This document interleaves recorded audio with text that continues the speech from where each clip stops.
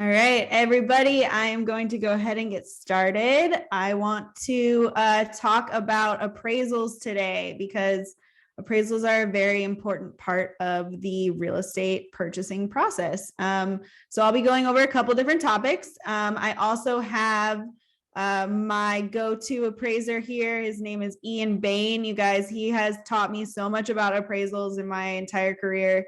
He took the time to sit down on the phone with me and explain so much to me in the beginning. So I'm very grateful that he's here today. Thank you so much, Ian. And I'm just going to be going over a few topics first, and then we'll jump into the details with Ian. So first of all, do any of you guys know what an appraisal is or why we have one? Go ahead and unmute yourself if you want to talk. Nobody? All right, so an appraisal is okay. I'll just go into it. So an appraisal is an opinion of value. And the reason we do an appraisal is because the bank needs it. So the bank is going to make a large monetary loan to a client, and they want to know, okay, so am I making a loan on a house that is actually worth this price? Or is it worth less, or is it worth more? The bank is not going to loan, just like you. If you were going to loan money to a friend for something and they wanted to buy a new refrigerator, right? And they wanted to buy a fridge that's worth $3,000, then you wouldn't loan them $4,000 for it. You'd be like, but you only need $3,000. Same with the bank. The bank wants to know that they're loaning the money on the house that has the value of the money that they're giving you. So, who pays for the appraisal? The client does. The client pays for the appraisal. They pay the appraiser to go ahead and get that done. And that payment is actually made to the lender. And the way that this works since 2008. So in 2008, we had an appraisal problem. So appraisers and lenders and realtors were kind of all in bed together saying, okay, the home is worth this much, just go ahead and lend it. And the appraiser and the lender would talk to each other. Nowadays, the client pays the appraiser, pays the lender, who then pays a third-party company to go and find an appraiser to make an opinion of value on that property. So it's a third party, and it's all separated now. So during the pandemic, we had a whole just trend of waiving the appraisal. And what this means is, yes, the bank will still go out and get an appraisal, but the purchase price doesn't depend on the appraisal. And the client would have to come up with the difference. So say the client made a $300,000 offer and the appraisal came back at $250,000. If the appraisal was waived, the client would have to come up with that extra $50,000. And I think the most a client ever came up with for me during the pandemic was on a home that appraised for $401,000. And the only way my clients won that deal was by offering $486,000. So they had to come out of pocket $85,000 above appraised value for that home that was only valued at $400,000. And it was the only way to win a deal during the pandemic. So it was actually pretty crazy. But the bank says, hey, this home is only worth $401,000. I can't give you more because if you default on your loan, I won't be able to get that money back by selling the home. So that is the whole reason that we do appraisals. In the contract, there's something called an appraisal contingency. So an appraisal contingency is usually anywhere from 18 to 21 days. That's just the norm. It can be way shorter. During the pandemic, we had appraisal contingencies that were 7 days. Now it's kind of back to normal, anywhere from 15 to 21 or 18 to 21 days. And during the appraisal contingency, you have to go out there and have your appraiser go and get the appraisal done. Now, if the appraisal comes in lower, you can go back into negotiations with the seller. And you have to do that within the appraisal contingency timeline. Now, if you can't come to an agreement with the seller, your buyer can back out of the deal and get their EMD back. But if you pass that appraisal contingency, then the buyer's EMD is at risk, and the seller can say, no, I'm not going to adjust the price. you have to come up with the difference, or you can back out and lose your EMD. This is after the appraisal contingency. Now, before it, like I said, the buyer can get their EMD back, no problem. Now, if the appraisal comes in over the offer price, the terminology that you use to tell the seller's agent and everybody involved is the appraisal came in at value. You don't ever go back to the seller and be like, hey, Mr. Seller, the appraisal came in way over. My buyers are walking into 50,000 in equity. No, because if they find that out, they're going to want to go back to market and they're going to take any chance that they can get to back out of the deal. And the way that they have chances to back out of the deal is if you need an extension or if you need anything done during anything signed as far as an addendum or anything, they can deny that and then kill the deal because they know they can get 50,000 more. So appraisals are super important, and they're also very complex. If you guys have ever seen an appraisal document, you will see one today, and we will go over all of it with Ian. So yeah, that's basically the basics of an appraisal. And now I'm going to kind of pass it over to Ian so he can help us understand exactly what is in this document. So everybody, welcome Ian. Thank you so much for being here today. Can you hear me? Is this good or no? Yes, I can hear you. Okay. This is perfect. Good. Oh, you have a And I just microphone want and to, everything. yeah, I want to say something here. I don't want people thinking I'm doing like a podcast about real estate. I was actually a talk show host for a very long time. So I had a parallel. That's why I have all this stuff. I'm not like screaming, get out there and get motivated or something like that. So, no, this is awesome. That is Thank not you me. so much. So yeah, I mean, it's always hard to know exactly how to start something like this. I mean, I can go through the report. I guess the only thing I would say that, and I think that maybe the fact that I have always had another career that's concurrent with the valuation is it's kind of given me sort of almost an, I don't know, objectivity, maybe just like an outside perspective on looking inside the business and how everyone sort of relates to it. And it's very true. Like what I usually tell people is when they're doing like a private appraisal, for example, I probably told you this, maybe I have not, that all I'm going to do is just tell you what methodology a bank appraiser is going to use. So, being right or being not right, it's an estimated value. And I know people hear that and they're thinking, well, one person's estimate could be up here and the other person's estimate could be down here. So, okay, I could do an estimate too. It's not really about just like making up a number and estimating. And I just happen to know a lot of stuff and I just kind of make up a number. It's about using these approved, government mandated, in a sense, methodologies. And I would say the most important thing that, without even looking at the form, to explain adjustments, because I think it's usually the biggest question people have. And the most important thing to explain adjustments is to back up and just a little bit of foundation, say the only way you can value homes or really anything, I think, is through cost approach, through income approach, and through market approach, which used to be called, I think, side-by-side comparison analysis method. So being that we have, the income approach usually is not relevant when it comes to residential homes. Income approach should be, hey, I have a hotel, we got 400 rooms, I could collect this much rent for the rooms, and therefore the value of the hotel is this. It's a really commercial for the most part. So you usually set that aside. Then you have the cost approach, which you probably learned in your broker class that it's used for unique properties. They always use a church because how do you value this stuff? Well, the value is in the materials. Someone's built this and it's $2 million worth of material. So that's the cost approach. The banks don't want any of that because the banks want to make sure that whatever they've bought is marketable.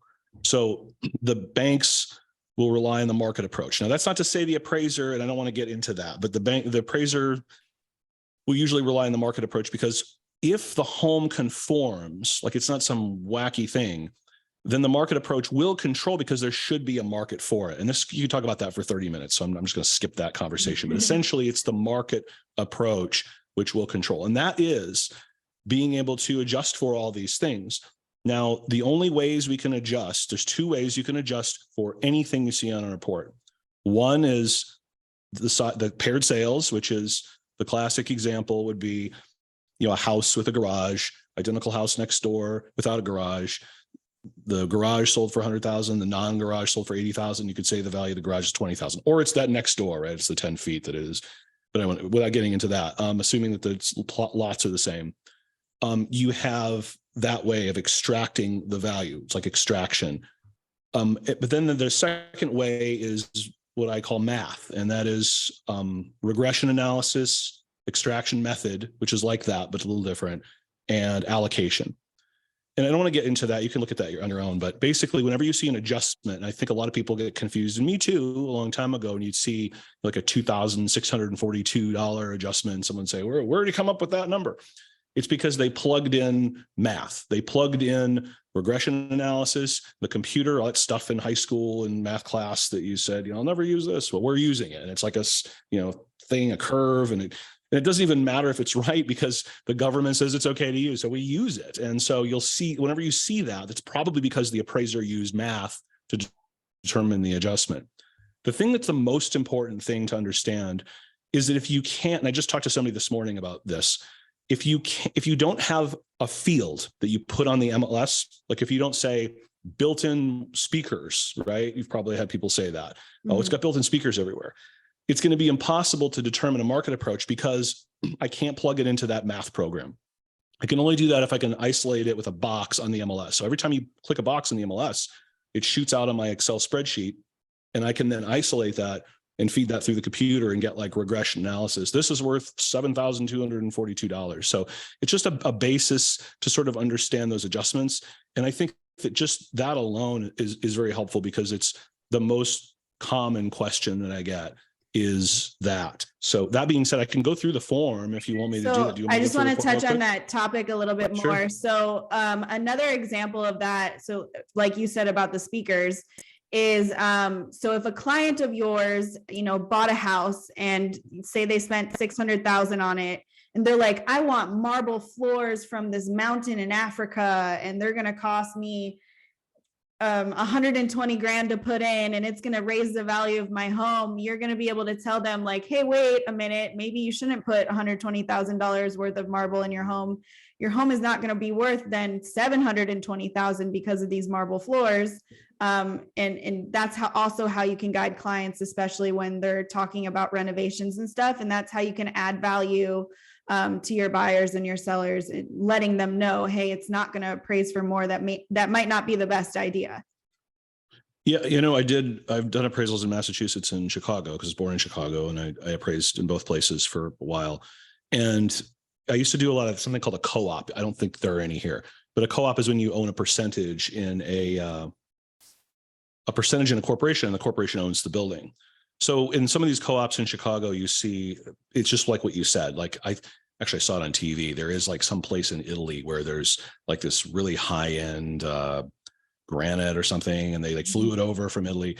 And the issue with these co-ops when I was doing them, and I remember it because I remember looking at the MLS at the time, and this is maybe 10, 12 years ago, and they all had unique characteristics. They're all different, but they were all very unique, exactly like what you said. Like this guy's got something from Africa in there. This guy's got an Italian something. This is, King Tut's tomb is over there in the corner. I bought it at an auction. Everybody had a bunch of weird stuff in their co-op.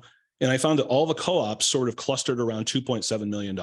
And so the value of all these unique characteristics, it was all $2.7 billion. So it was just interesting how the market reacted. And essentially, if you imagine, the law school, they tell you the reasonable person standard, right? So the reasonable person, we don't know who this is, but he's reasonable. And, if you turned your car this way, the reasonable person would have turned it the other way. I always think about the typical buyer. So, the typical buyer hears this and it all kind of goes in one ear and out the other. Okay, unique, really expensive stuff, $2.7 million. So I'm really kind of skipping over a lot of stuff, so I don't want you to think that's it in its entirety, but it's a good way. It is exactly what you're saying. It's a good way to look at it, and we can't value it because of, I don't know if you remember the Richie Rich comics where things were priceless, right? If it's priceless, that's not good. That means you can't put a price on it. If you can't put a price on it, then you have no idea what it's worth. So I'm just kind of adding to what you're saying. Hopefully that is helpful to what you're trying to. Yeah, exactly. And Colette asked a question in the chat. Shouldn't it be shared with the client? So Colette, when a buyer does an appraisal, they pay for it and it is their property. So you do not share it with the listing agent or the seller unless it's required in order to renegotiate the price. If it comes in over, you say it came in at value. If it comes in under, then you go and you tell them what the price was and you attempt to renegotiate it, and you might need to provide proof. And with your buyer's permission, then you send that appraisal over to the seller to review. So Ian, do you want me to share the document now, or are you going to go? Yeah, why don't you throw it up Okay. there? Why don't we look All at right, it real so quick? guys, I'm going to show you a sample appraisal that he sent me. So we're going to go over it in detail. This is what a appraisal will look like. So I can go through the sections. If you notice on the left side of an appraisal, there's sections, and you see subject, contract, neighborhood. So look at the black box on the left, and it's, you know, writing like that right up there. So basically what you have is when you do an appraisal, there's a little bit of a variance to this, or deviation to this. And that is that you're going to look at, you know, going from the out all the way to the in, and the out being, you know, the market. So subject, that's just like legal stuff. You could actually cross it off and write legal stuff in there. It's a way to identify property. In order to convey a deed, you have to have, you know, adequate explanation of what the property is. And this just kind of goes in with that legal requirement. So you're putting the parcel number, you're putting the legal description, you're putting the owner of record, you're putting this census tract. That's a way for underwriters to kind of interpret different things. You have the real estate taxes, you have what the assignment type is right there in the middle bottom. The property rights appraised, you're always going to see fee simple. There are different kinds of property rights. There's fee simple determinable, there's fee simple subject to condition subsequent, there's all kinds of fancy things. There's life estate. You may actually run into that, but we really can't value a lot of that stuff. I couldn't imagine valuing a life estate or a fee simple subject to condition subsequent, which is, you look that up. That's a real thing, by the way. Leasehold, I guess you could. That's if you have a lease for a home for like 100 years. You know, what's that worth? I've never done that there. I don't think I could. So you're always going to see fee simple there. And fee simple is when it's alienable, it's divisible, and in other words, you own it. You can do whatever you want with it. That's what fee simple means. Occupant, that's always kind of pissed me off because I don't know who the owner is. Like, I'm on a private detective, so I don't know who I used to be, actually, by the way, and that was fun to say that. I have to say, well, actually I am, but I don't know who lives there, but they always kind of want to have you make a judgment call on, is it vacant? Is there a tenant there? If you do know of a tenant being there, the PUD stuff, that's just on the right. That's just HOA fee. I think it's pretty much it. That's all that is. We do have to, not that anybody cares, we have to write down whether it's listed for the past 12 months, you know, so if it's withdrawn or whatever. The contract section, analyzing the contract, that's the second thing. I mean, there's not really a lot of analysis that goes on because we're not practicing law here. We can't practice law. Do you guys get a copy of the RPA? We always get a copy. Yep, because we have to look at it. We have to analyze it. There is a theory, and I don't want to speak to this theory, but I will say that there is a theory that a lot of people really swear by where, well, if there is a person who's willing and able to buy a home for $1 million, shouldn't that have weight? And that's the question. And I'll answer it with another question. When someone's using someone else's money, like the bank's money, and they realize they could bankrupt and in 1.5 years be in another house, and who cares, you know, is that the same as if they had a bag of money that they slaved over for 10 years? Then this becomes a very long analysis. I'm just giving you two sides of it. That's why some people will say we get the contract. Oh, we have to see what the person was willing to purchase the place for. But they want us to analyze that. What I've gotten back is just making sure signatures are there, making sure, you know, we can't practice law, and that is pretty obvious to everybody. So there's that. There's concessions. That's when you have someone saying, hey, I'll give you $6,000 back. And you put that at the bottom of that box. Where is so that? I always look at that right there. Yeah. Okay. So yeah, concessions, guys, is when the seller decides to or agrees to give money to the buyer for closing costs or for rate buy down and stuff like that. So that does actually hold a weight to the appraiser. It's basically because the seller is going to net less. So what weight that has, Ian, you can I don't really, you know, I don't weigh it. I just report it. And I think it's because what happens is I'm not an underwriter, so I don't want to pretend like I am one, but if it appraises at 400 and the contract price is 410 and there's $10,000 in concessions, like kickback to the buyer or the seller, then maybe the underwriter looks at it and goes, well, you know, there you go. That's why. And that's maybe why I don't know. I don't want to say what an underwriter does, but we just have to report it. As far as analysis, I don't know that I really do any analysis on the contract because I don't want to practice law. So I think that's about all on contract. The appraisal starts, this is where it starts to get more important to maybe what you're looking at, is that's neighborhood. So The neighborhood is, and I'm trying to not do some of the wonky things that maybe you don't care about, but the neighborhood is defined by us.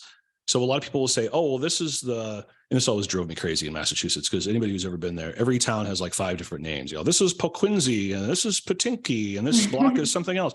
And it would drive me nuts because we did the whole state. So there's 351 cities and towns in Massachusetts, and we had to memorize 875 names for these 351 cities and towns. And it's not necessarily the neighborhood of Paquinky or whatever. It's the neighborhood boundaries as defined by us. So we decide the neighborhood boundaries. We're the ones who determine what is comparable, what is a comparable, and what is the neighborhood. I used to say, when I was in my 20s, I was snarky, and I'd tell bankers, it's like the queen telling someone they're a knight, right? They knight somebody. It's like that. We do that. Like you don't do that. We do that. So the neighborhood boundaries are set by the appraiser. And that's important because all that stuff there, those check boxes, that's based on the analysis that is in that neighborhood boundary. So if you go and pick something that's outside of it, it might not be reflective of what is in that analysis up there. The check boxes, the 1-unit housing, the present land use, that may not be part of that. So that's set by us. Market conditions, we'll talk about that right now. That's just stuff that you type in there. The site, now you're starting to go from the neighborhood into the actual lot, and that's what site is. So you're going to do the dimensions, the area, the shape.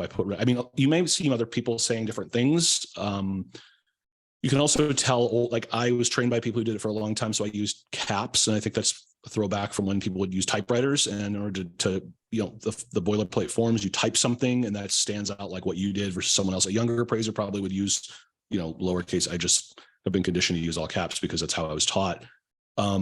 Zoning, you put in there, make sure it conforms to zoning. The flood map, that's important. All this other stuff in there, water, that becomes important if you have like septic or a private well right there in the middle of the site. You have to analyze that. The street, is it public? Is it private? A lot of these condo projects, well, this isn't a condo form, but a lot of these like HOAs, they have private roads. And if it has a gate, it's probably a private road.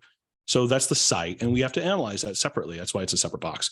Now going down, we go into the improvements. Kind of interesting. I talked to a lady who was one of these management companies, and I like this woman. She's very nice, and I've worked with her for a very long time. But we were talking about, I said something what did I say about attached? I said, oh yeah, it's attached. It's an improvement. And the bank came back, and right now the banks have fired everybody. So most people in banking just started, a couple of weeks ago, probably, which is very frustrating for me. So they said, well, this isn't attached. The pool isn't attached. And the woman was like backing her up. And I said, what are you talking about? Like, improvement is something on the land. You have land and you have improvements on the land. So if it's affixed to the ground, I don't know what the rule is in Nevada, but I'm pretty sure it's like affixed to the ground. And you can look through case law if you want to go get a LexisNexis account and figure that out specifically. But the test usually in law is whether it can be removed with ease without causing damage to the land will determine whether or not it's an improvement on the land. So if you just put like those solar panels on like metal pipes, have you seen people do that in like rural areas? You just pick it up and walk off. That's not going to damage anything. So it's really a hard sell to say that's attached. But obviously if you have a pool and you rip the pool out and walk away with it, well, that's insane. So obviously the pool is attached. So improvements are anything that is on the land. So you have land and you have improvements. And then you just analyze that. You'll see different people using different terminology in here. Again, this all conforms to the underwriter and what the underwriter wants to see. Now, you did quickly mention the solar panels. So can you tell me a little bit about solar panels and what they do to the price of the home? Do they improve the value yet? Or are appraisers taking that into consideration? Yeah, I go through every time I do an appraisal with a solar panel, I do the same thing that every time I do it. And I do not presume anything. So what I first do is I look and find other homes with solar panels, and I have to make sure they're owned and not leased. Now, something that bothered me is I had a conversation with somebody at Berkshire Hathaway, and they said, oh yeah, we're being told just to put lease down, even if it's owned. So I'm thinking, oh boy, are you kidding me? And I think I even reported to the MLS, because that is a big, big problem, because now a leasehold, remember at the beginning, I said there's leasehold interest and there's fee simple. Well, they don't own that. There's no ownership interest. So if we can't tell like what's really owned, like I have no idea how to do that. So again, when we feed into the computer and every single solar panel says leased, that's about as permanent as I am if I'm standing on the property. Like I don't convey with the property and neither does the leasehold interest. So that's a big problem because we have to analyze, the first step is side by side. There's two ways. Remember I said there's side by side analysis. You kind of like take two things and what's left might be the value. So you compare two similar homes. And the second way is math. And because they're doing the lease, the owned as leased, the math won't work. So first thing I do is I look at other homes that are owned. Some people are doing it. Owned, solar, is there a difference in price? Usually there's not. And so what I do, and I think just about every time there's not, truthfully, I will put that in there. I have to do a paired sale. I have to say, 123 Main Street also has solar panels. It's comparable 3. Look at it there. So in other words, if you look at the comparables and they all come down to like 301, 305, 310, and the 305 has solar panels and everything's been adjusted for and accounted for. What do you give to the solar panels? So that's the issue. And then what I do is I'll put about 12 different paired sales that I've done in the most recently saying like, look, I haven't found value here. It's actually kind of interesting. I called somebody who is very, much smarter than I am about appraisals here in Nevada. And I said, hey, what's with this solar panel? I've been doing this paired sales. I haven't found value. Am I doing something wrong here? And he said to me back, he goes, I haven't found value either. So, and this is one of these guys who is with the board, plugged in with the state regulatory board. So, it's not just me that's that way. As far as the cause, and I don't speculate as to why people do anything, and I don't want to start here, but I will say, remember, these are things that I used to, don't do this, by the way, with your clients, this will piss them off. I used to say, hey, remember those bag phones in 1996? Well, imagine if I just paid it off now and it's 2016, and they look at me like they wanted to strangle me, but it's very true. Like imagine if you had this 20-year-old technology and you just paid it off. There's the fact that the technology is rapidly changing. 2, there could be structural issues when you put a heavy thing on your roof. I don't know what that does. I have no idea. 3, whenever you, and this is, I never thought of that with the cost approach. I'll get into this in a second. I mean, other than just looking ugly for me, like I wouldn't want it because I don't like the way it looks. I'm fine with people doing it, but I don't like the way it looks. The biggest issue as far as from a loan perspective is when you loan, there's an economic life to everything. So the solar panels have an economic life and they are, 20-year warranty, most of them 25-year warranty. So you either lease them for 20 years for $30,000 over the course of 20 years, or you own them for $30,000 and you just buy it. The same solar panels, 20 years later, they're out of warranty. Their economic life has expired. That's not to say it doesn't have a useful life. That's to say it has no economic life. And so at that point, what happens is the bank says, well, we don't want to loan on something with no economic life left yet. I'm sorry, I don't know why I said yet. No economic life left. So the problem is that we haven't gotten to that point yet. They're not quite 20 years old. So it's like these electric cars, like we don't really know what's going to happen with this. So when these solar panels just become these big biohazards on people's roof, and they may still work, but there's no economic life left, the banks are going to say, well, Fannie Mae is going to say, we don't want to lend on something it's like the bag phone. Fannie Mae would not want to buy the cell phone bag phone, right? Because it's old technology. So that's going to be a problem that I'm not asserting anything here. I'm just saying whenever that day comes, that could be an issue. It could be a big issue.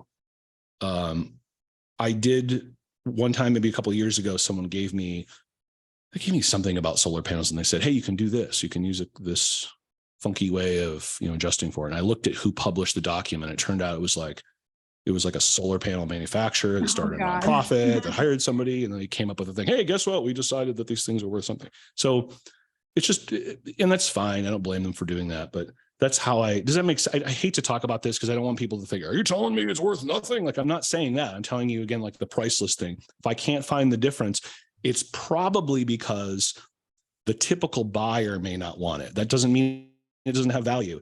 That doesn't mean if I go to my South Side Chicago grandparents' home and overpay by $20,000, it doesn't have value to me because my dad grew up there. Not that I like my dad all that much, but it's like that. It's not very like it's almost more personal to people. The benefit runs to the owner, not necessarily the property. These are all things to consider when you're looking at solar panels. Does that answer the question? I hate to feel like I'm dodging. I felt like I dodged the whole question. No, it totally makes sense. And I think kind of my roundabout point was that solar panels necessarily add much or if any value to an appraisal. Yet I think that all homes in the future are going to have solar panels, and there's communities even in Vegas that are being built right now that every single home has solar panels. So I think that that's the direction that we're going, and hopefully, you know, we can get away from these solar panel leases, because I think that they're kind of like the new timeshare and they're very scammy, and a lot of people get sucked into them and they make a home actually harder to sell, and they don't add value, even though the client is spending a lot of money on them. So. All right, so moving down here, there's something called a C ranking. This is kind of new. It's a little screwy. There's C and Q rankings. I don't want to get too much into this. It's basically the government wants to be able to kind of work without us and have us build a database for them. So, you know, having all these appraisers. Where is that on here? It's right there. It's a right C3. here? Yeah. Describe the condition of the property, right? And C ranking and Q ranking, I think they introduced it in like, I don't remember, 2010 or something, 2008, or I think it's, yeah. Around 2004, these reports got a lot more complicated. They used to be pretty easy, and now they've gotten really weird. So this is like the appraiser is supposed to use their own lay person judgment on, you know, quality and condition of property. So there's that. And if I can answer a question if you have an idea about that, but probably don't. Then you go down to the question of whether or not the property conforms. You're always going to see yes to that probably. And again, these are just analyzing the improvements. And I think what that is for, I don't know if you ever watch King of the Hill, and that neighbor that built the big turret. He's like, I'm going to build a turret and I'm going to have a watchtower in there. It's like that would be non-conforming, right? If your neighbor had a big gun turret or something like that, or an air traffic control. Usually in a non-HOA.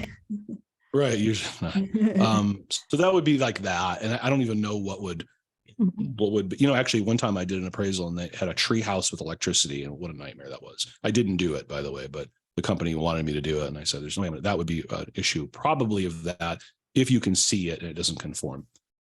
All right. So I'm going to try to be as brief as possible here with this. This is like the meat of it all. These are, trying to look at these. Yeah. So I obviously did this in September. Without looking too much at what I did there. So you're tasked with finding the most comparable properties. And then you sort of assert why you think they're comparable in the addendum, which you won't go into. And that's just discussion. Like, I picked this because of this, and this is on a corner, so this one's on a corner. If something's in law, they have, you know, rule of evidence is they'll keep out evidence if something's redundant, right? You don't need like 10 people all saying, yeah, he grabbed the red bag and ran east. You know, like 9 people saying, yeah, he totally took the red bag, he ran east. So the court doesn't want that. So it's redundant. So you're not going to put that in. So you're probably not going to have 5 sales that are all exactly the same that just prove the same point. You'd have that in your work file, and you might mention that in the addendum, like, hey, by the way, here are these 5 MLS numbers. They are just like comparable to. Here they are, just so you know. So you always want to have a reason why every comparable is in there. One, and this is, we call it bracketing, I think, in a sense. And it's like, you know, I have one because it is on a corner. I have another one because it has a pool and the subject has a pool. I have one because it has the same, you know, maybe not color, but the same design. Like it has the same kind of accents on the front, right? I have no idea what the brick accents on the front are worth, but I know comparable 3 has it and the value is the same as the other 2. So there you go. And that's kind of how I think you should look at this. I'll try to turn my chat on. Sorry. So this is fascinating, guys. This is the meat and the potatoes of, like you said, of the appraisal. So if you can see here, it lists each property. So this is the subject, and then this is the comparable one. You can actually use this MLS number to then go look at it yourself if you're curious. And it says how many days on market and everything. Everything is right here. Also, I always find this fascinating that the concessions are noted at this time. And then it actually, do you adjust the price? That's a really big, that's an interesting, there's 2 different schools of thought, and I've done both. This is a really, I could talk about this for 45 minutes. So I'm going to give you just, it's an incomplete answer. There's the school of thought that it adjusts because it's part of the price. And there's a school of thought that, hey, when they signed the contract, that wasn't in there and they added it later, or what, if that's what happened. Or there's the school of thought of looking and seeing what it's for. If it's there for fixing a rug, for example, and you appraise the home as with that crappy rug, well, that's already in the report. So why would you double dip it? You see what I mean? So you have to be really careful with these concessions. Why are they in there? And concessions, if you don't know what that is, it's I say kickback. It's probably illegal, right? We're in Nevada, so it's kickback. They should just type that in there. We could kickback amount. It's just when you give back to the person, the buyer, is it seller? Yeah. So the seller's getting money from the buyer's mortgage. So you have to analyze that. Usually you adjust for it. If you don't know, it's probably a good idea. How far from the original? So the underwriters will tell you rural, I believe it's 5 miles. Suburban, it's 1 mile. Urban, it's a half mile. That's why at the very beginning of the report, it's asked you, is it suburban? Is it urban? Is it rural? Because that's how the underwriter looks at it.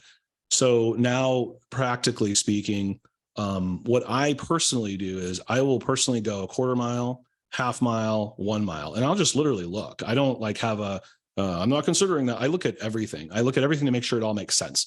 So I don't even have any restrictions on it. Square footage. The only restriction in Nevada I do that I haven't done in other places is 1 floor versus 2 floor, because there's a difference.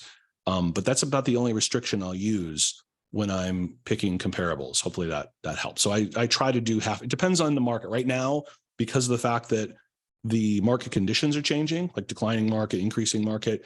You want to go further out and consider that if it's closer in time.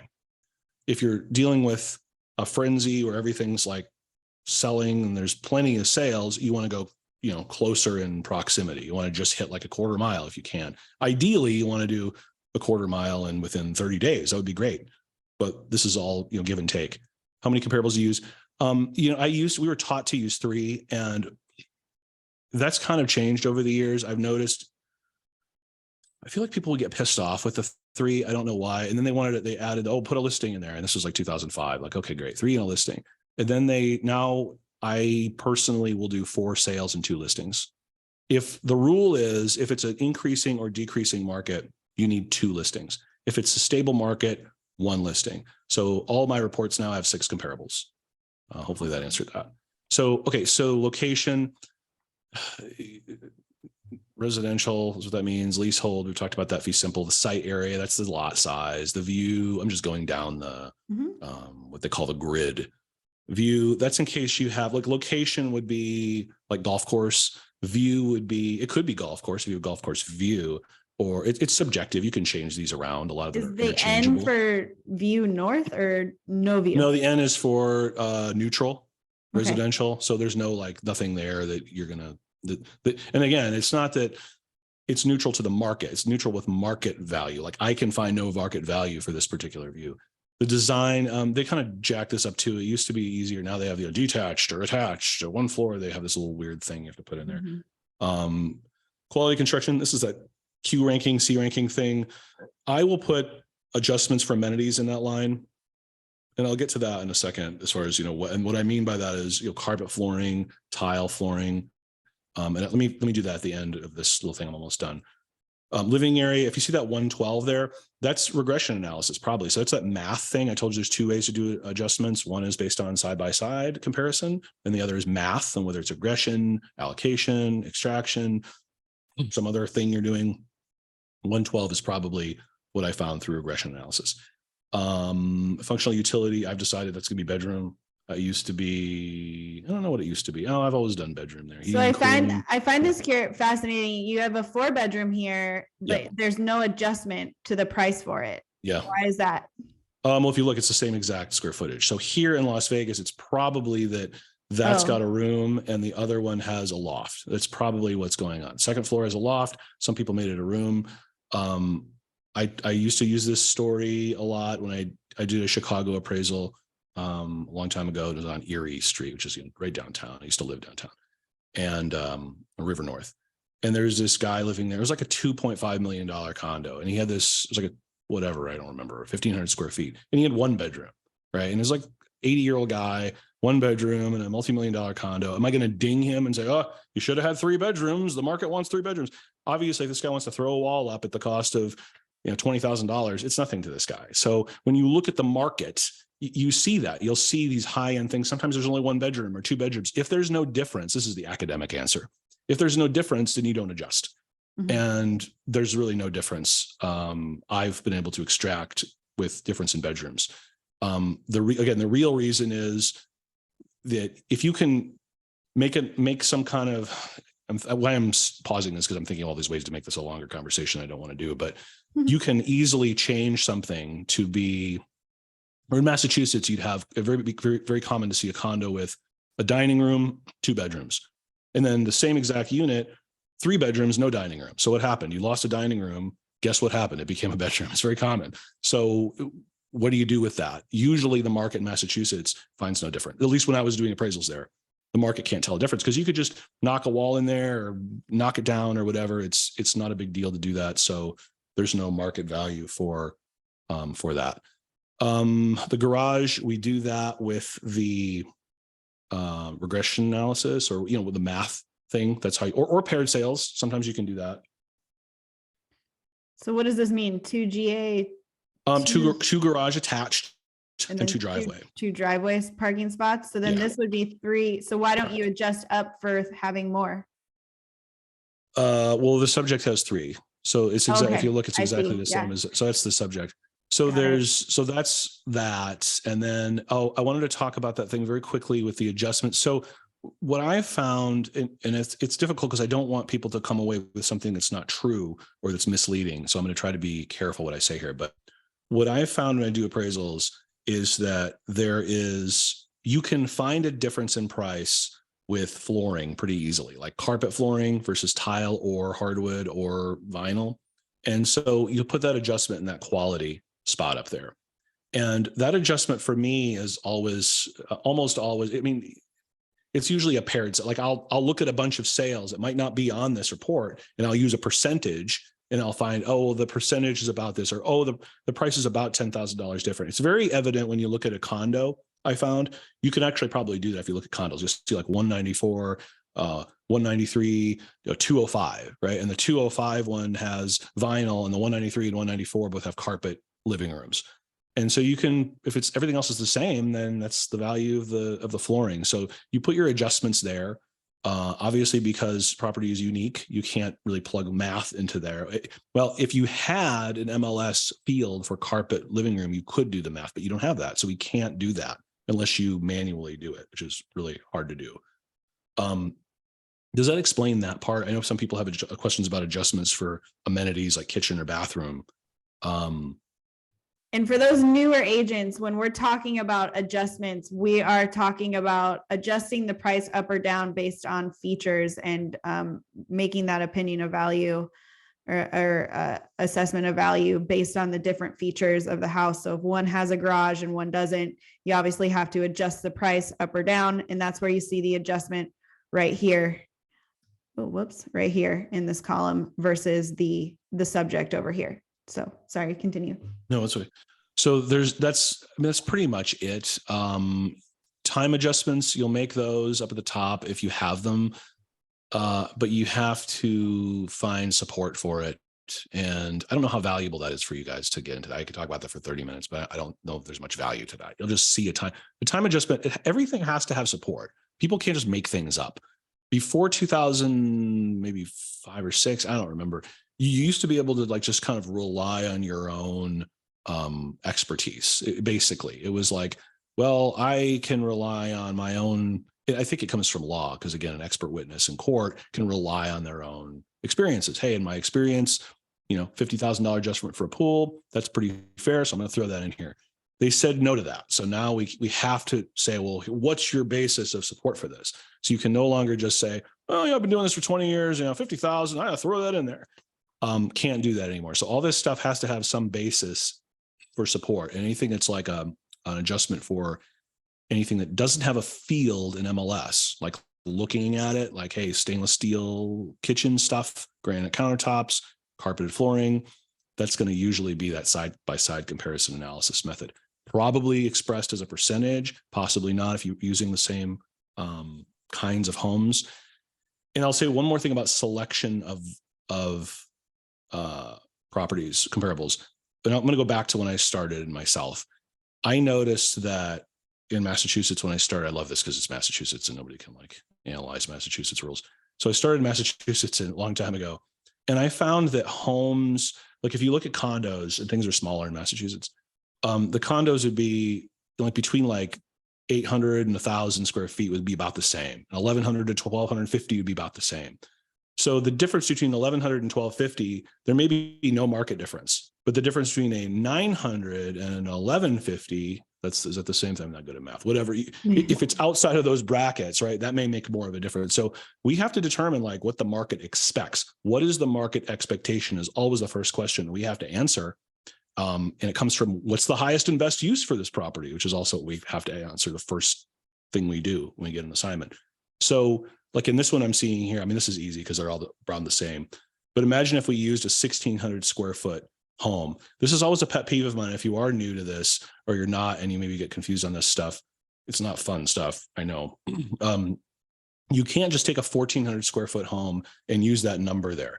That number I use, that 112 there, that I got probably from regression analysis, that is based on feeding the computer homes that are, for example, I don't know if that happened here, but let's say, and I probably did this, I said to the computer, analyze homes between 1,800 and 2,100 square feet. And the computer came back and said, okay, 112 should be the adjustment. I didn't say analyze it down to 900 square feet. So you can't just take a 900 square foot home and then just do $112 a square foot and move it up to that. Because it's got a different market expectation. I've taken homes that have similar market expectations, but maybe slightly larger, slightly smaller, and determined the value based on that analysis there. If the price per square foot method worked, then I wouldn't be talking to you right now. We'd just be saying, oh, $150 a square foot. And that's why it just doesn't work. But I hope that was clear. I know it's the clearest guy. So hopefully that was clear. Down here, this is all underwriting stuff. You have to account for why something sold. And this is to prevent people from, if you've been around a while, you'll probably remember when people would say in 2004, for example, yeah, I bought this yesterday for 150,000, but the appraiser said it's worth 170. So I have 20,000 instant equity. Well, the bank does not believe in the concept of instant equity. So they make us do this stuff. Analyze, why did the home go up in value if they purchased it within 3 years? That is specifically to stop what I just said from happening, I think. Then down here, you look at that. We have to analyze. And I remember I've said three ways to value, income, cost, sales. That's what you look at here. You look at those 3 ways to value. And that's pretty much it. I don't want to get into the other pages because it's redundant and it's going to be confusing. But does that make sense as far as? So then this is the final opinion of value. So that's the sales comparison approach final value. Then you go into the reconciliation, and you might find that the cost approach makes more sense. You probably not if you're doing a bank appraisal, but that's where you reconcile and you say, well, based on the income approach, it should be worth 700,000, and there you go. I'm trying to think of something in my. It's more commercial, so I'm trying to think in my mind where that would be applicable. Cost approach. Usually, if the cost approach is higher, then what that means is that it's called an over improvement. So if I built like a 10-car garage in my backyard after I died from my wife killing me, I would have to try to determine the value of that 10-car garage. You wouldn't have a backyard. How about this? I used to do this a lot. This would piss people off. Hey, you have a pool. That's great, but you don't have a yard now, right? You just have a pool. You have this tiny yard, and then there's a pool in there. So you lose the yard. It's like losing the dining room, but gaining the bedroom thing I said a couple minutes ago. When you have someone with a 3,000 square foot lot and they put a big pool in there, they don't have a yard. So you can do things like cost approach, where the cost of building that pool is going to exceed the market value of a home with a pool. But it's probably an over improvement. And it's an easy way to look at, maybe it's an over improvement. It's sort of unrelated, but if you do things to the home which cost more than the market value, it's likely to be possibly an over improvement. Is that clear? Sort of like yes.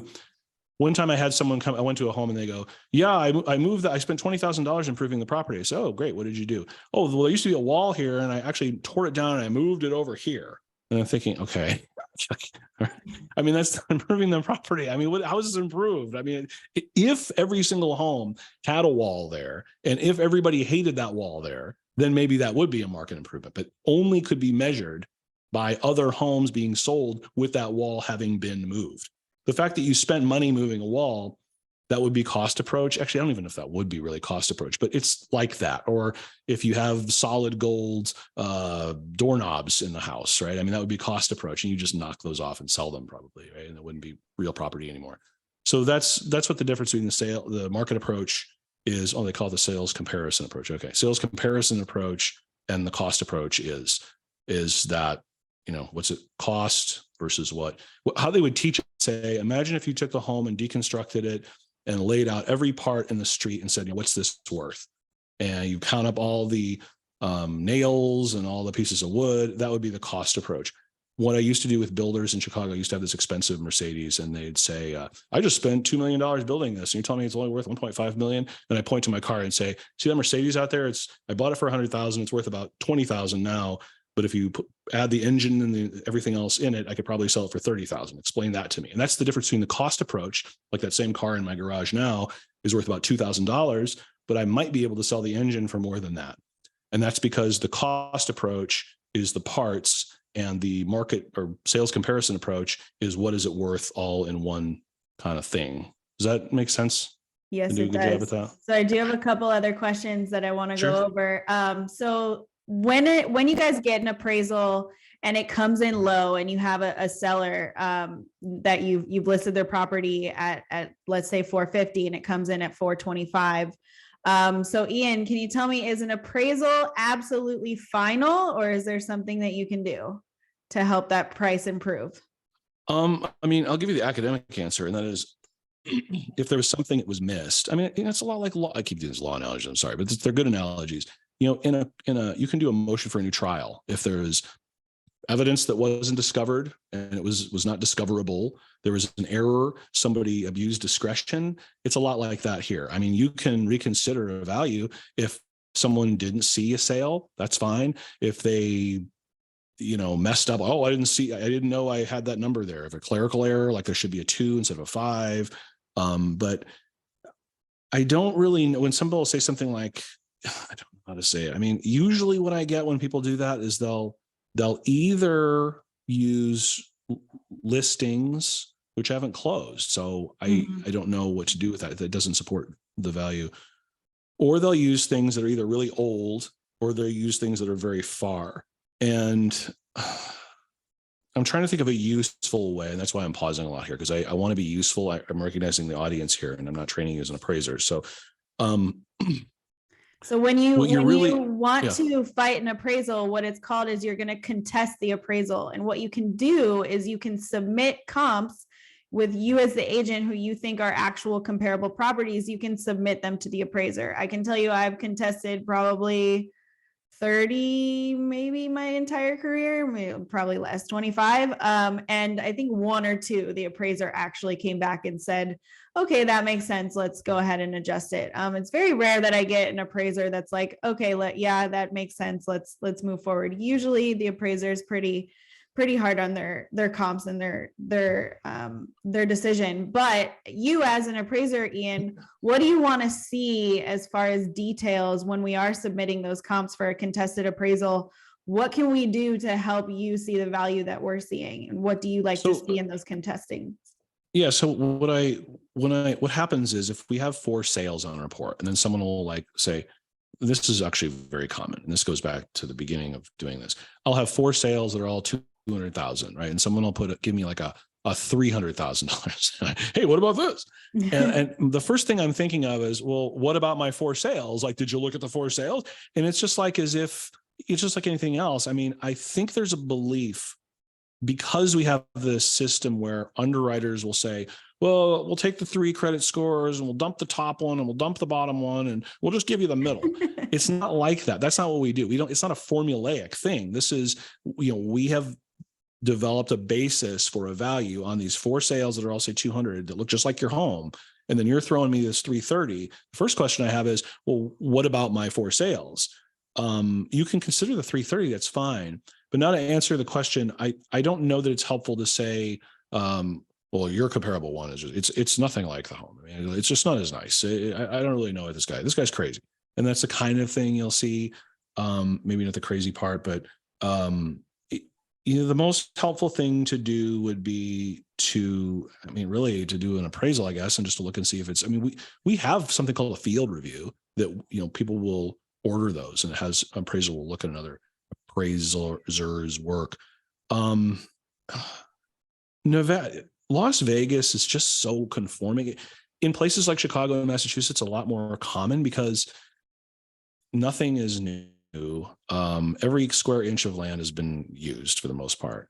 And so you're dealing with Las Vegas where everything is like the same house. I mean, it's kind of ridiculous. They're all the same houses. There's like 8 of the same house in the entire city. It's really not that hard. But if you're looking at Massachusetts, like this was built in 1901 and this was built in, you know, 1972, and this one was, so in that case, it's a lot more helpful to say, hey, you use sales that were all, you know, older and this one's newer. You can do that. You just have to find a pattern that's in the appraisal that maybe your sale doesn't have. So to be helpful on this and help, I would say if the home that's yours is built in 2020 and the appraiser used a bunch of homes from 2007 and you introduce a home from 2020, that's pretty persuasive because now you're suggesting that there's a difference in price based on the newer home, the newer effective age, or the newer actual age.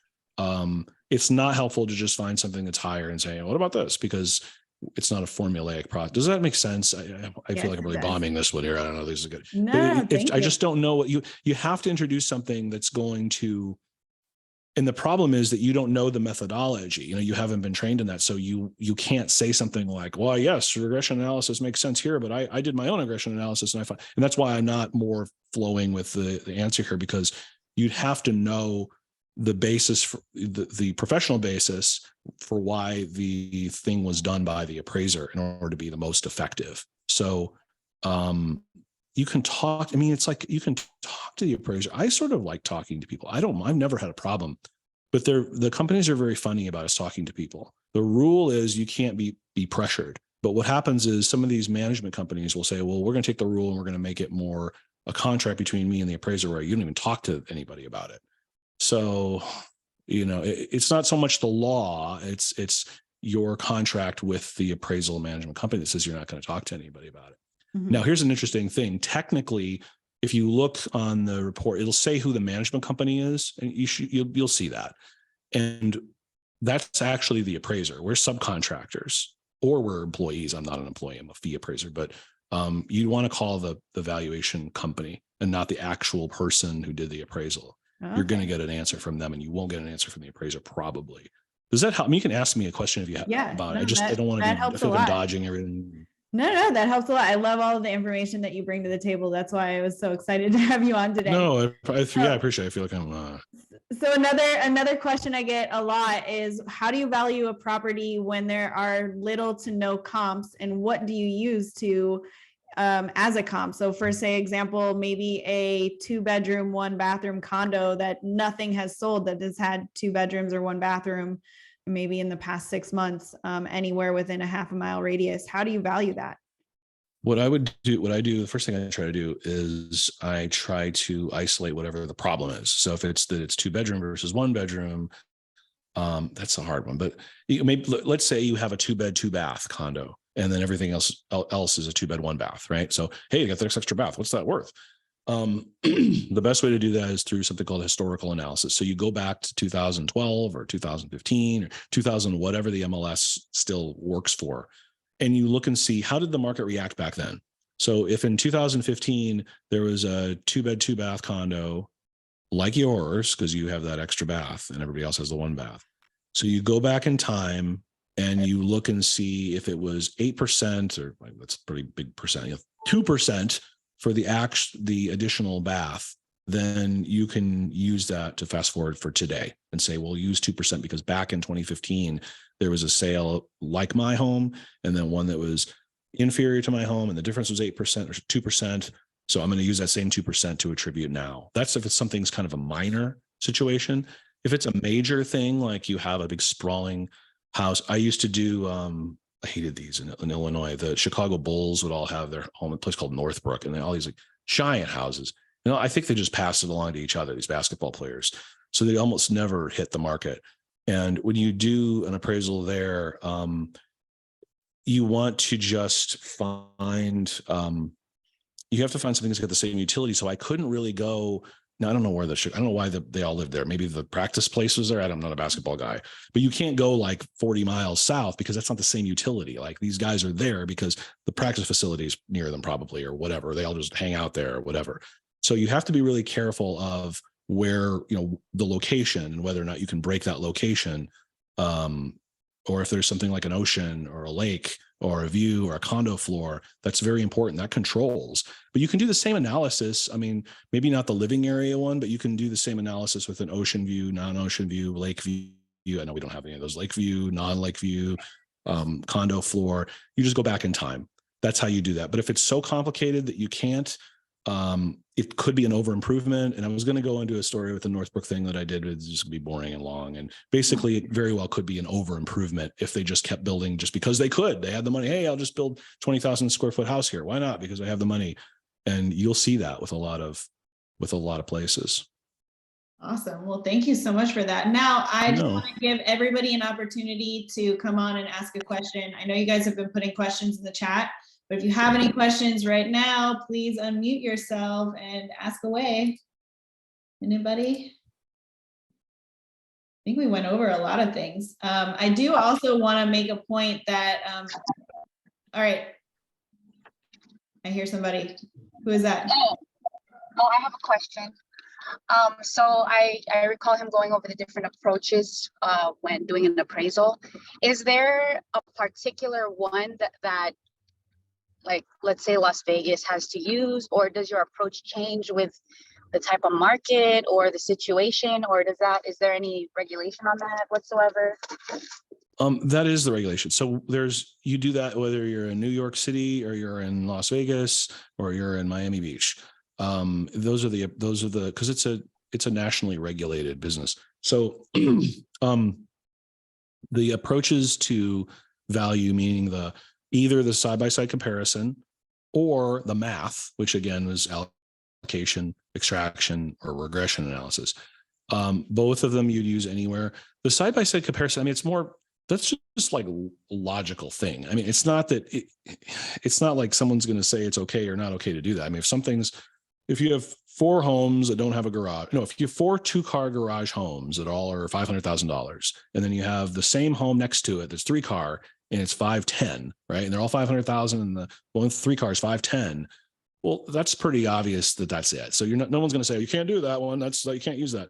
That's just logical, logical conclusion that you're based on just what you're seeing. As far as the math stuff with the analysis that you feed into a computer, obviously you want to look at, that's why reconciliation is in the report. You want to look and make sure it makes sense. So if for some reason the math program said a pool, and I saw somebody asked about pools, the pool's worth $750,000, which sometimes happens because the math is wrong. You're going to want to look at, that's why human beings do this. You're going to want to look at that and say, well, okay, I think I'm just not going to use that because it doesn't look accurate to me. So you can do that. And incidentally, with pools, and to kind of answer both questions almost with the pool question, the regression analysis is what I usually use, I rely on. And that is with a pool.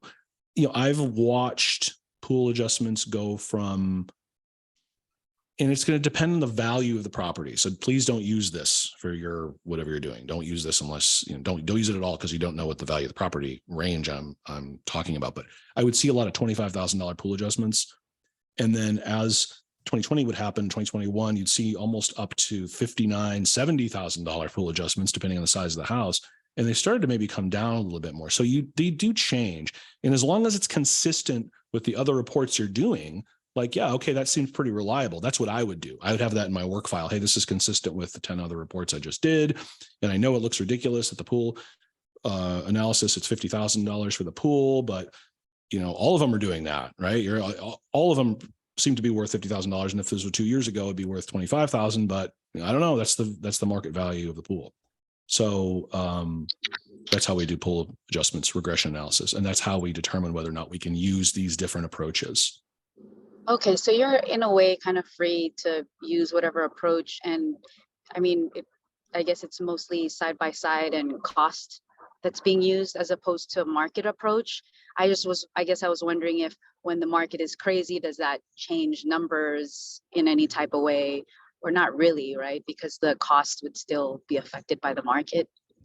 Well, so be careful mixing the cost and the market approach. So that's another really long conversation. As far as so what I just said was like the pool adjustments seem to go up. There seems to be a real high demand for pools. I have no idea why, but it just kind of spiked maybe in 2021. And it's kind of softening.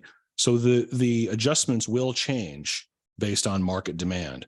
The cost approach, you really want to use, so the two ways to value a home that's like half constructed, for example, or that has deficiencies is, and I would say this a lot to people, I'd say, imagine if I'm walking up to $1 million home and I get to the front door and I go like slam on the doorknob, right? And the doorknob goes sailing off into the distance and I just broke the doorknob and the doorknob cost $80. Well, let's say $100 doorknob. It's expensive doorknob. The home is not worth $999,900, whatever, less. That's not the value of the home. It's still $1 million home, but we have something called a cost to cure. And the cost to cure is $100 to put that doorknob in. And that's because it's minor. It does go to law. In law, you have something called a minor breach and a material breach. And there's a balancing test depending on whether it's a material breach or a minor breach. And I don't want to get into that, but it's somewhat the same. Like, how major is this? If I'm just looking at a hole in the ground, you're not going to say, hey, the cost to cure this hole and make it a building would be $275,000. That's completely different. You subject to completion of these plans. So the only time you're going to use a cost approach in the market approach is if it's nominal. I guess that's my word. I shouldn't use that. I'm so regulated. I'm sorry. That's why I'm kind of trying to bounce around here. Is if it's not a considerable price. So the $100 doorknob, no one's going to question that. Hey, the guy knocked the doorknob off. $100. It's got to be there to have a home. I mean, you got to have a doorknob on your front door. So it's a cost approach. You're not going to find other homes like, hey, missing a doorknob. It's a $999,990 home.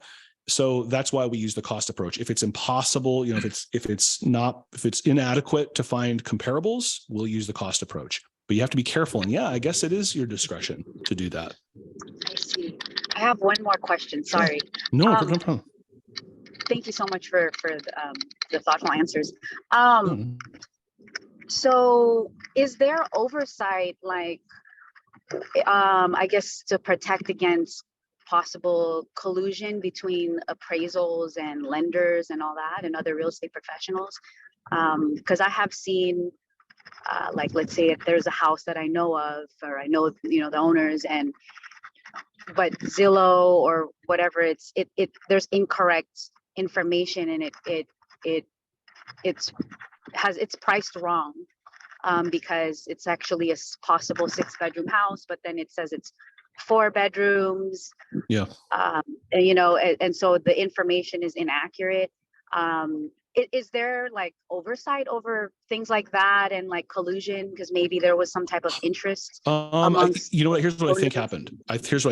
And it's in Las Vegas, you have I don't know where everybody's from, but again, like, I don't see stuff like this, like the building going on around here. This is ridiculous. So I think what happens is builders are busy and they go, I'm making a Model A home. Here you go. Here's the floor plan for Model A home. And the appraisers at the county office go, okay, every Model A home, we're going to put this in here.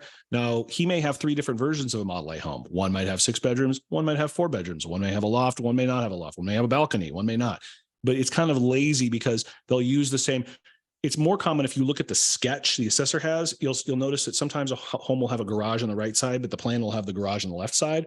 It is the same house, but I guess what I'm saying is I think that Zillow, I don't think it's collusion, like, hey, let's pretend like it's got 6 bedrooms. It really doesn't. I think it's because they're just using the wrong model for the Zillow information, which is why you don't use Zillow. As far as, people colluding, boy, what a question that is. I mean, you're asking what the rule is. Well, the thing that prevents the collusion between the appraiser and the lender and the buyer or seller is the third party choosing from the lender. So the lender goes to a company and then that company is a third party who randomly chooses an appraiser, and that's how you can keep the degrees of separation there. So the lender can't be like, oh, I want Ian to do this one. They used to do that. And you're absolutely right. Can't anymore. Let me make a point that you're absolutely right about that. And this is something that's interesting, I think. And I started out in this business just running a company. I didn't even do inspections. I just talked to people all day for about 5 years in this business to start off with, and they stopped that from being allowed.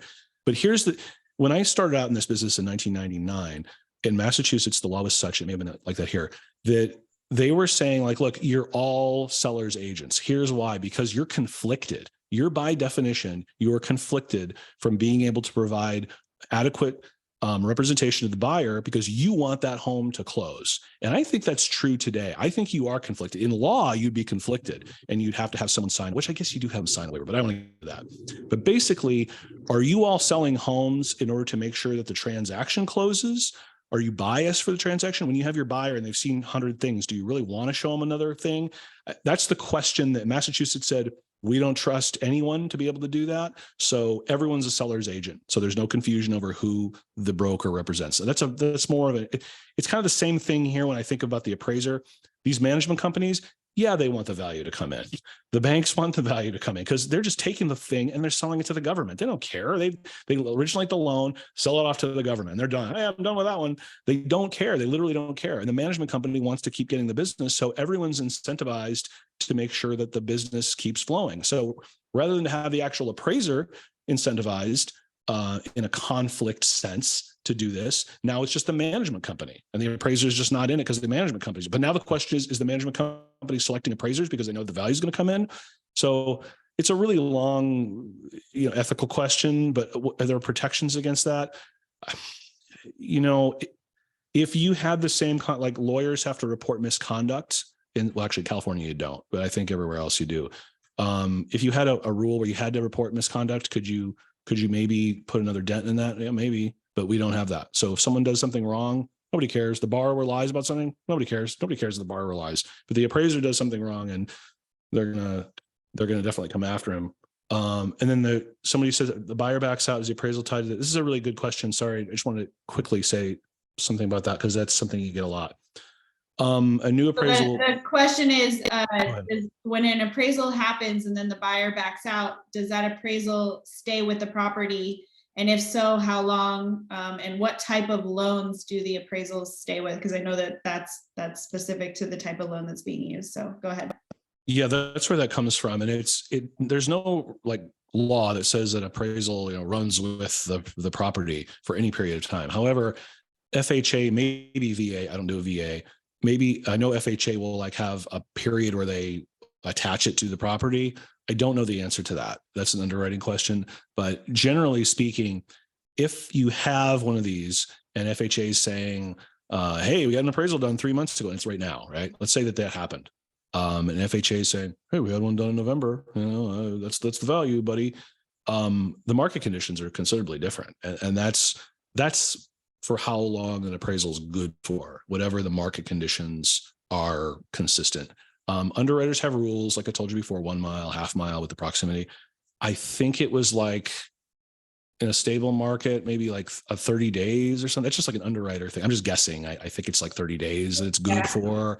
I don't know, but you'd have to talk to them about it. But there's no specific set rule for us as far as how long. And they're not, I'm not a government agent. So it is with FHA and VA are both, they stay with the property. I'm pretty sure that VA stays 6 months. I'm not sure with appraisal.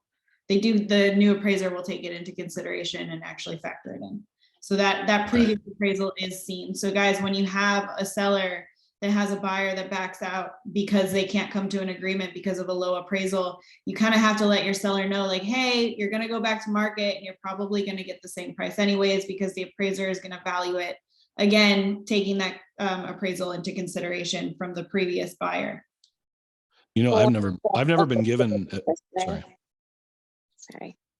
Sorry. I just want to say very quickly, I've never been given an FHA appraisal from another appraiser to consider, just so you know, never. And I've done a lot of those. Okay. All right. Does anybody else have any more questions? Yeah, you said the FHA one does stay with the property. How long does that one last? So that, again, that is something for the loan and the underwriter. So basically, remember, the appraisal is done for the bank and for the loan. So it depends on who is making the loan and the lender and whether or not they'll take that into consideration. So always ask the lender. Okay. Does anybody else have any questions for Ian? And also, Ian, I want you to kind of self-promote yourself. Ian is available to do independent appraisals for your sellers who are maybe thinking that their home is $100,000 more than it really is worth. You can actually pay Ian to do an independent appraisal. Now, this appraisal won't stick with the property. It is just, you know, proof for the seller or your buyer that the opinion of value. You know, you can also just call me. I usually what I try to do is talk people out of paying me to do an appraisal. I'll just talk to them. I don't mind. If you just have like sales, if you just have sales and you're just like, hey, I'm trying to figure this out. Is it worth 400 or is it worth 410? If I could just look at it and say, hey, this looks like this and it's 400, I don't mind doing that. I'm blessed. A lot of you guys have been really nice to refer, like if there's a probate thing. So that's usually where I make money off that. But I'm not saying I don't make money if you order one. I'm just saying I don't like taking money if it's really just not going to be that helpful. Usually my clients are people who are fighting with their homeowners and they could either lose the homeowner and have the homeowner get someone else, or they can just have this, and I could be the bad guy. Hey, the appraiser sucks. Doesn't he suck? What a jerk. Okay, let's lower the price now. So if that helps, that's fine, but I don't mind conversations. And if you have another appraisal you want me to look at, I never mind looking at that. Just email to me. You can just email and say, hey, I saw you talk to some people about something on a sales meeting. What do you think of this appraisal? And I will get back to you. Calling's good, but give me what you need and just call. Don't feel bad about it. I don't mind. I have the time. So feel free to reach out. That's so awesome. Thank you so much. No, sorry. I definitely want to get in contact with you because I'm looking to flip houses and I actually have a particular house in mind. And I'm kind of confused on what the ARV would be. I've been trying to figure it out, but it's no comparables right now. So yeah, just let me give you my. So I already put your contact information in our group chat and on Facebook with my team. So they have your email and your phone number. Yeah, you can just call. Just call. It's fine. I'll be really honest with you, and I think the reason why I do this and other people don't is because, like I told you, when I started in this business, I was actually. It's not illegal to do now. It was then. I was a trainee and I hired certified appraisers over me. So I just was a guy who started an appraisal company and I had trainee certified. So I just took phone calls constantly from loan officers who would be asking me for what they called comp checks. Like, hey, buddy, I got one. How much is this worth? So after years of doing that, I'm just more comfortable probably than most appraisers and legally I know how to handle that without doing a value conclusion on the phone. So I'll try to be as helpful as I can without doing an appraisal on the phone. But just call. I don't mind. You can call me if you have something, a question. Okay. Awesome. Well, I think that we got to wrap it up. This usually is only an hour, but thank you. Sorry. So much. No, don't be sorry at all. I was telling everybody, my mom, my boyfriend, everybody, I'm like, I'm so excited for today's meeting. So thank you so much, Ian. And thank you everybody for being here. I will be uploading this for people who did miss it today. So they'll also get your information. And thank you so much, Ian. And thank you everybody for being here. Bye. Thank you. All right, everybody. Have a great day. Bye-bye.